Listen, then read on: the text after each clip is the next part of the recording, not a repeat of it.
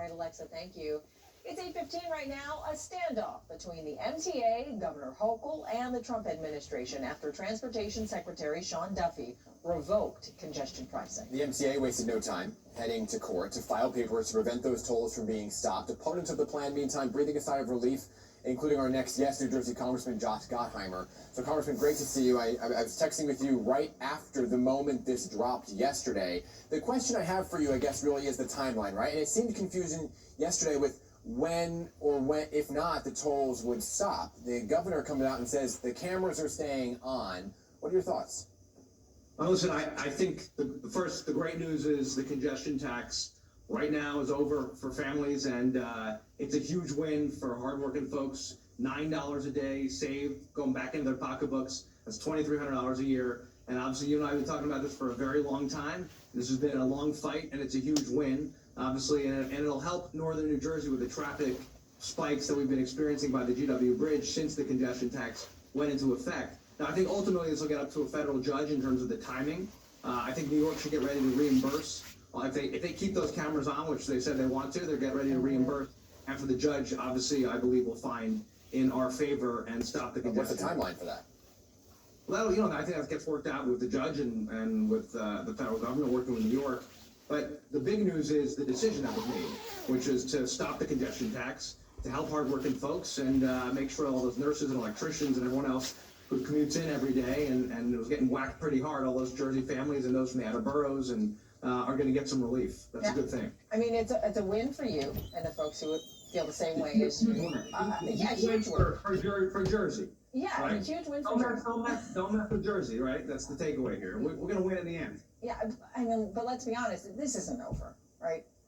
This isn't over. It's going to continue. So do you feel like there's any compromising at this point? I think it's over. I mean, I think you think it's over?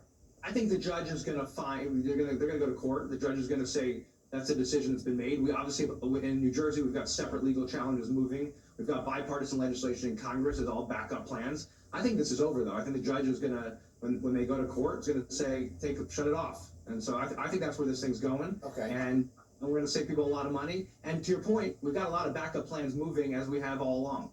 So yes, and TBD on the timing of the court case. And I get you're saying it's over, but technically people are still getting charged as of today.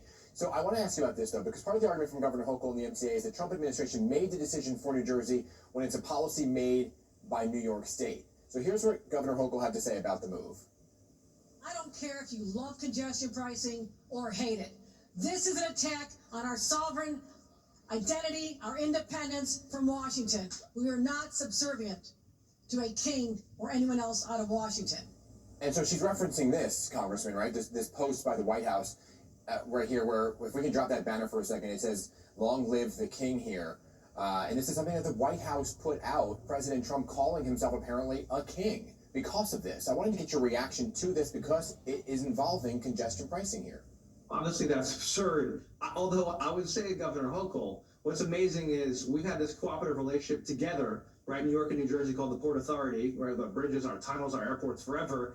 And New York just decided on our own just to whack Jersey families, didn't ask our opinion, didn't sit with us at the table. Not a nickel of the congestion tax is going to Jersey. And you have no choice when you go through the Lincoln and the Holland Tunnel. You're in the congestion zone. You got to go to work. When a nurse goes to work every day, right, here she doesn't have a choice to decide, oh, I can't pay this. So they have to pay it. So, I mean, I would just say they made a decision without ever working with us. And I also thought what Governor Hochul said that New Jersey people aren't forced to come into New York City. I don't know if you saw that quote as well, which I thought was a huge slap in the face to all hardworking folks who go into New York every day and support the economy or that's where their jobs are. They're getting medical care there. And so I don't know, does New York not want New Jersey people to come in anymore? I hear you. That's just a different question from the president's calling himself a king and something that worked in your favor. No, I said that post is absurd. Okay. Right? I mean, I think this was a effort that, Governor Murphy, we had all these, all of our communities, we've had lawsuits. We've been fighting this thing for 6 years. It has been an unbelievable team effort. And I want to give credit to like the mayor of Fort Lee and all these families who've joined in and all these organizations who've joined in to fight this fight. And that's why I think, again, what you saw yesterday, ultimately huge win for Jersey families, for those out of boroughs in New York, for Westchester, for all these people who are getting hit so hard, whacked with this new tax. This will be a huge savings, people, a huge cost savings. I'm all about lower taxes and lower costs for families, and yesterday was a very big win for in these times of higher prices, saving people money.